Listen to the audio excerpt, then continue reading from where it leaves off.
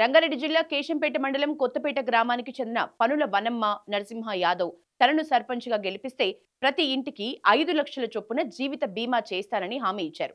ఆ ఊర్లో 700 గడపలు ఉన్నాయి. ప్రతి ఇంటికి ఏడాదికి 1200 రూపాయల ప్రీమియం అవుతుంది. ఈ లెక్కన ఏడాదికి 8.40 లక్షలు, 5 ఏళ్లకు 42.5 లక్షలు అవుతుంది. ఈ ఒక్క హామీ కాదు, మొత్తంగా 15 హామీలతో ఆమె మేనిఫెస్టో రూపొందించి ప్రకటించారు.